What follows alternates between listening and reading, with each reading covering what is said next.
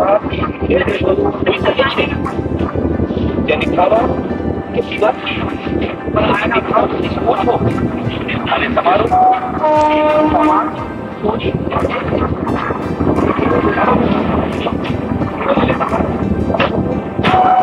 के फेस्टिवल के चलते, छठ पूजा के चलते रेलवे प्रशासन को किस तरह का फायदा हुआ है, रेलवे प्रशासन की तैयारी किस तरह की और क्या चीज इस बार रेलवे को? बहुत अच्छा प्रश्न आपने पूछा है। और पहली बात ये कि रेलवे का फायदा इम्पोर्टेंट नहीं, इम्पोर्टेंट ये है कि क्या जनता को हम कुछ फायदा पहुंचा पाए। तो उसका जवाब संभवतः यस में होगा, बाकी तो जनता जनार्दन बेहतर बताती है। इस बार पिछले साल हम लोगों ने जो नॉर्मली दिवाली और छठ पूजा के समय पे हम कुछ स्पेशल ट्रेन्स चलाते हैं। हम खासकर हमारे पास जो बहुत डिमांड रहती है वो रहती है ईस्टर्न यूपी और बिहार जाने वाले लोगों की। बाकी नॉर्थ बाउंड ट्रेन्स में भी काफ़ी रश रहता है इस समय पे। दिवाली के समय लोग घर जाना चाहते हैं, छठ पूजा पे घर जाना चाहते हैं। तो पिछले साल अगर हम बात करें तो हमने जो अहमदाबाद या इसके अराउंड के एरिया से बाहर निकलने वाली ट्रेन है, ऐसी ट्रेनों के करीब 25 फेरे हमने स्पेशल ट्रेन के चलाए थे। और इस बार हमने 45 चलाए हैं अब तक नवंबर में। तो सब्सटेंशियल जंप है और उसी की वजह से संभवतः आप देखेंगे कि ऐसा रश नहीं था जो कि अनमैनेजेबल हो जाए।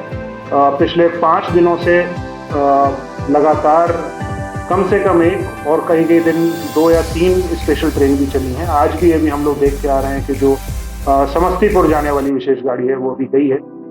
इसके अलावा जो रेगुलर गाड़ियां हैं उनमें भी इस समय पे हम लोग कुछ कोच ऐड करते हैं। तो इस साल हमने नवंबर महीने में 139 अलग अलग ट्रेनों में, किसी में 1 किसी में 2, इस तरह से 139 कोच एक्स्ट्रा भेजे हैं। उसके अलावा क्योंकि भीड़ ट्रेन से ज़्यादा कई बार प्लेटफॉर्म पे जो भीड़ होती है वो ज़्यादा दिखती भी है और वो ज़्यादा लगता भी है कि कहीं कुछ गलत तो नहीं हो रहा है। तो हमारी जो आरपीएफ और जीआरपी की टीम्स हैं उन लोगों ने इस बार बहुत अच्छे से इसको मैनेज किया। यहाँ अहमदाबाद स्टेशन पे ही करीब करीब 100 की प्रेजेंस हमारे आरपीएफ और जीआरपी के जवानों की रही। उनके अधिकारीगण यहाँ पे मौजूद रहे। हमने इस समय पे जो एंट्री एग्जिट हैं उनको भी प्लान कर दिया ताकि मूवमेंट स्मूथ हो जाए और लोग सहूलियत से जहाँ उनको पहुँचना है वहाँ पे पहुँच पाए। इसके अलावा इस पीरियड में पूरे नवंबर महीने में हमारे जो कंट्रोल में अधिकारियों की ड्यूटी 24/7 के बेसिस पे रही है, जिसमें वो गाड़ियाँ ठीक से चल रही हैं सही समय पे और डायनामिकली डिसीजन मेकिंग हुई है इस बार। बाकी बार से डिफरेंस ये है कि जैसे हमें लगा 12 तारीख को कि रश बहुत ज़्यादा है तो 13 को हमने मॉर्निंग में नोटिफाई की, दोपहर में हमने उसका रिजर्वेशन खोला और शाम को हमने गाड़ी चलाई। तो कल वाली जो गाड़ी थी कितने 4 बजे हमने फायर की थी ना सर सिस्टम में? हाँ 17 बजे फायर किया सर और आधे घंटे 15 मिनट में गाड़ियाँ पूरी तरह तो उसके जो रिजर्व कोच थे वो करीब 15-20 मिनट में ही भर गए। पर उसमें पिछले दिनों में हमने जनसाधारण मतलब सामान्य कोच और स्लीपर कोच वो वाली ट्रेन बहुत सारी चलाई हैं जो कि अनरिजर्व पैसेंजर छूट नहीं जाए और उसका फल भी अच्छा मिला। अभी भीड़ कहीं तो अभी स्थिति देखने को नहीं मिल रही है और तो अब कमी होगी क्योंकि आज जो लोग चलेंगे वो 18 को पहुंच जाएंगे अपने अपने डेस्टिनेशंस पे और वो स्नान और पूजन में शामिल हो पाएंगे। अभी तक कितनी ट्रेनें चल चुकी है इस साल और कितनी चलने वाली है? तो जैसा मैं कह रहा था कि कुछ प्लान हैं और कुछ ऐसी हैं जो कि डायनामिकली डिसाइड हुई हैं। तो कुछ गाड़ियां ऐसी हैं जो कि हमने जैसा मैं आपको बता रहा था कि इस बार हमने 45 फेरे हमने डिफरेंट गाड़ियों के किए हैं। वो गाड़ियां अलग अलग नंबर के हिसाब से लिस्ट आपको दे दी जाएगी। वो लिस्ट है, वो लिस्ट दे देंगे। कुछ बरौनी के लिए जैसे चलाई हमने, समस्तीपुर के लिए चलाई 2, कटिहार के लिए 2 गाड़ियां चलाई, पटना के लिए चलाई, दानापुर के लिए चलाई। तो उस तरह की गाड़ियों की लिस्ट है, वो पूरी लिस्ट हम दे देंगे। और 45 फेरे आउटवर्ड्स हमने लगाए हैं जो पिछली बार पूरे दिवाली और छठ टाइम पे 25 लगे थे। तो इस बार सूरत में जो इंसिडेंट हुआ उसकी वजह से अहमदाबाद स्टेशन अलर्ट पे है ज्यादा? नहीं, हम तो वैसे भी अलर्ट पे रहते हैं क्योंकि अहमदाबाद कैपिटल भी है और यहाँ पे इंडस्ट्रियल बेस भी बहुत है। तो यहाँ पे नेचुरली भीड़ होना स्वाभाविक है।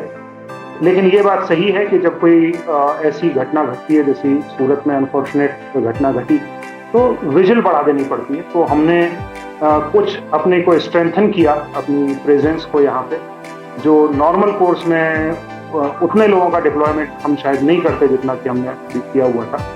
लेकिन ये ठीक है, अहमदाबाद में तो हमेशा ही अलर्ट कर रहा हूँ। प्लेटफॉर्म पास जो थे वो बंद किए गए थे, यानी जो मुसाफिर के साथ उनके गेस्ट आते वो कब से फिर से शुरू होगा? वो जल्दी ही हम शुरू करेंगे अब, क्योंकि रश आज जो मैं बीच में भी आके कल 10:30 बजे देख के गया था, आज भी मैं आया। तो असेसमेंट ये है कि अब नॉर्मल टाइप की क्राउड है, तो अब हम स्टार्ट कर सकते हैं। बीच में 2 चीज़ें हो रही थी और उसका दोनों चीज़ें नेगेटिव हैं। एक तो नेगेटिव इम्पैक्ट ये है कि प्लेटफॉर्म टिकट की वजह से जितने लोगों को नहीं जाना होता वो क्राउडिंग करते हैं। दूसरा ये है कि वो छोड़ने के लिए अंदर चढ़ गए और उसके बाद वो उतर नहीं पाए, तो फिर वो चेन पुलिंग हो रही है, वो गाड़ी लेट हो रही है तो उसके पीछे दूसरी गाड़ियां लेट हो रही हैं। तो वो भी एक वजह थी कि जिसकी वजह से हमने इसको थोड़ा रेस्ट्रिक्ट किया हुआ था कुछ समय से, लेकिन इसको जल्दी ही हम चालू करेंगे। लोगों के वापस आने का भी समय शुरू होगा, इसके साथ साथ 2-3 दिन बाद फाइनल मुकाबला भी मुझको जा रहा है, तो पश्चिम रेलवे और किस तरह की तैयारी? देखिए, लौटने समय एक बहुत जो पैटर्न देखने में आया है, और जैसा मैंने कहा कि रेलवे अब बहुत डायनामिकली डिसीजन मेकिंग करती है। तो जैसा मैं आपको बता रहा था कि 12 तारीख, 13 तारीख, 14 तारीख और 15 तारीख को जो हमने गाड़ियां चलाई वो असेसमेंट पे आधारित थी कि किस तरह की क्राउड ज़्यादा है। तो अगर अनरिजर्व ज़्यादा है तो हमने अनरिजर्व चलाई, जब हमें लगा कि इसमें रिजर्व की डिमांड ज़्यादा है तो वो चलाई। तो उस तरह की अप्रोच हम बरकरार रखेंगे।